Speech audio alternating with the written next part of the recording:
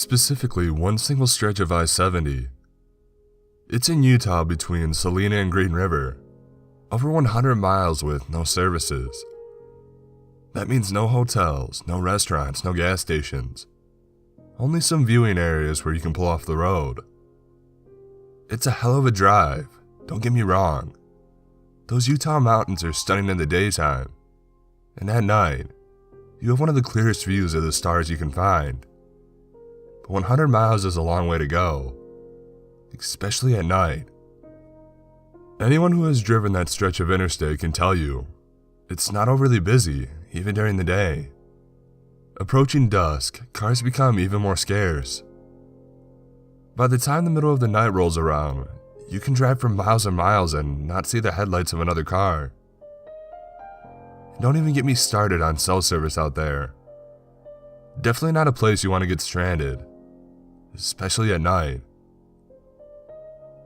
The thought of breaking down out there on a dark night with no one around for miles is enough to give anyone second thoughts about attempting the drive. Unfortunately for me, I was in a hurry, so I decided to go for it. A little backstory. I'm originally from a city called Lincoln, Nebraska, mostly known for the college sports team, the Cornhuskers. I was born and raised there. Lived there my whole life up until I was about 25. I decided that since I was single with no kids, and now was the time to get out and explore. So I accepted a job in LA and I moved out west. Most of my family still lives in Lincoln, so I try to go back and visit every once in a while. This particular Sunday, I got a call from my mother around 2 p.m. My grandpa, who had been in a nursing home since he had a stroke, was starting to get a lot worse. We didn't expect him to make it until the end of the week, so if I wanted to get home to see him, I should do it sooner rather than later.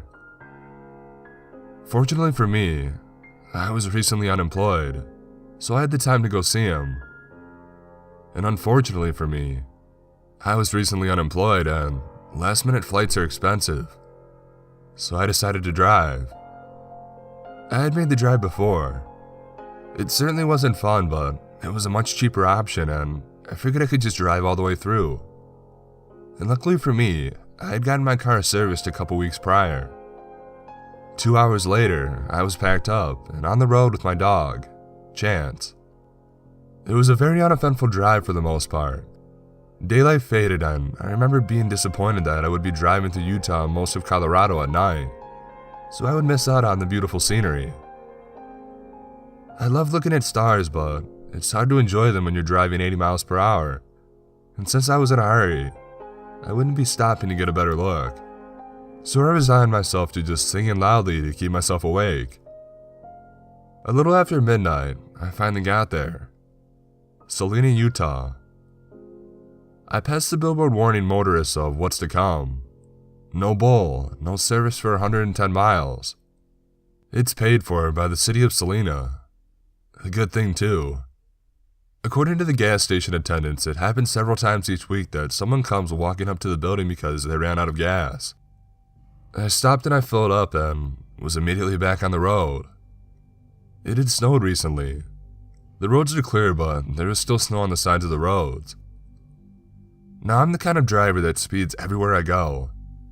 The speed limit on this particular stretch of road is usually 80 miles per hour, so I typically go about 90. Except on the steep grades, of which there are plenty. I've been driving about 30 minutes at this point. I had passed a few cars several miles ago, but they are too far back to see their headlights. Have you ever driven on a road alone late at night and just marveled at how dark it actually is, and how alone you actually are? Sometimes when I'm on a drive like that, when I get to a long stretch of straight road, I like to turn my headlights off as I'm driving, just for a few seconds, just to see what it really looks like when there's almost no light around. It's almost cathartic. Suddenly, as I'm driving, I hear a loud pop and the car jerks to the right, or maybe it was to the left. I can't remember. My low tire pressure indicator is flashing and I slam on the brakes after I slowly straighten the car out. I pull over to the side of the road and I put on my emergency lights. Chance is going nuts. I've blown a tire before, so I already knew what to expect as I stepped out of the car. My right front tire is completely flat, and I try to look at the tire more closely to see what actually happened. But even with the flashlight on my phone, it's still too dark. I check my phone. No service, of course. I roll down the rear passenger window so Chance can stick his head out and get some fresh air while I replace the tire. I get to work, grumbling under my breath that, of course, I'm just about halfway to Green River, and I'll have to go the rest of the way on a spare tire, which would significantly slow me down. I removed the spare tire and the jack from the trunk, and I went to get started. As I walked back up to the front of the car, I froze.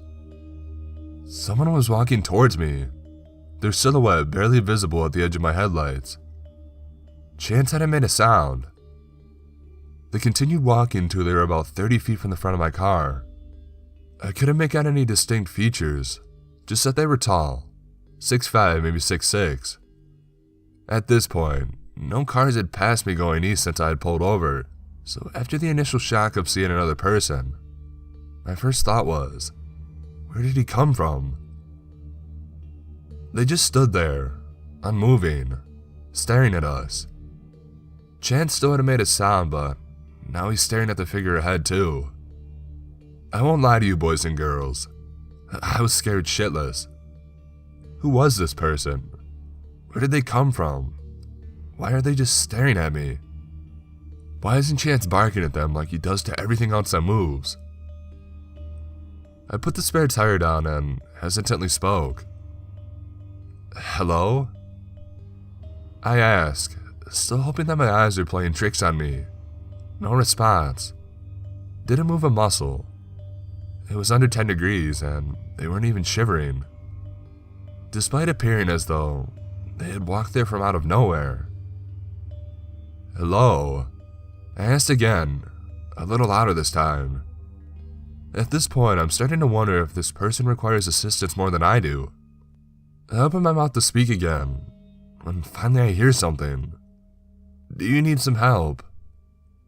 The man asks faintly, and for the first time, I can tell it's a man, based on the voice.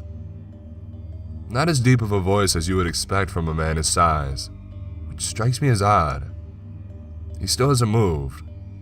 Where did you come from? I ask. I didn't see any taillights in front of me and no one has passed me since I pulled over. How long have you been out here? I start walking towards the front of the car, slowly, the tire iron clenched in my hand. The man made no visible movements, but again I hear, do you need some help?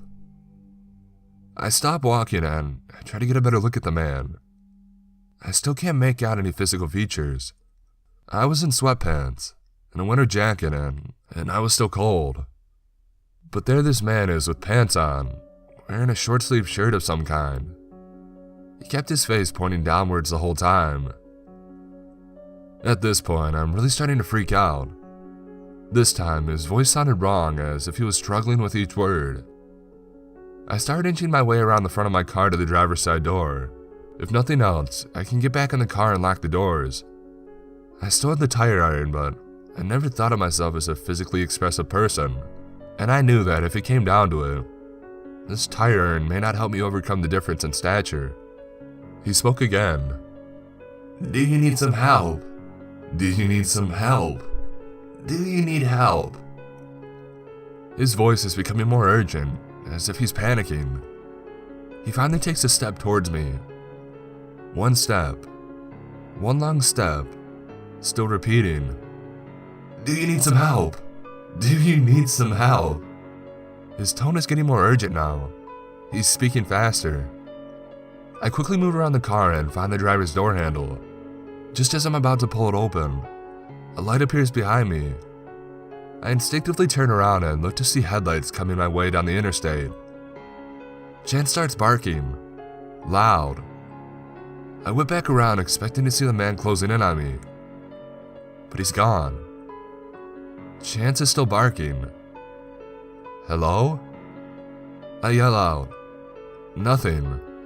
No breathing, no movement, no, do you need some help? I stand there for a couple seconds, unsure. The car coming from behind passes me, and they don't stop. I can't blame them. Would you stop for a random car on the side of a desolate road? I didn't even think about waving them down. I'm still trying to process what happened. Did I imagine it? I walk ahead, approaching the area where the man was standing. Footprints in the snow. They begin where the man was standing, stretching into the distance down the road. I still have my tire iron and I turn on my flashlight on my phone and I follow the footsteps. 10 feet outside of the range of my headlights, they turn. They go right off the road to the south and they disappear. Now, I'm not stupid enough to go following footsteps through the Utah wilderness in the middle of the night, but damn it, I was curious. More headlights coming up from behind me brought me back to my senses. I went back to the car, changed the tire, and I was back on my way, albeit at a much slower pace. The rest of the trip was uneventful as the beginning, and I didn't feel the need to mention the encounter to anyone. Nothing bad had happened. Sure, it was freaky, but I still wasn't altogether convinced that I hadn't imagined the whole thing. It was late and I had been driving for almost 9 hours straight. But I'll tell you one thing for sure. I definitely don't want to drive that way at night again to find out.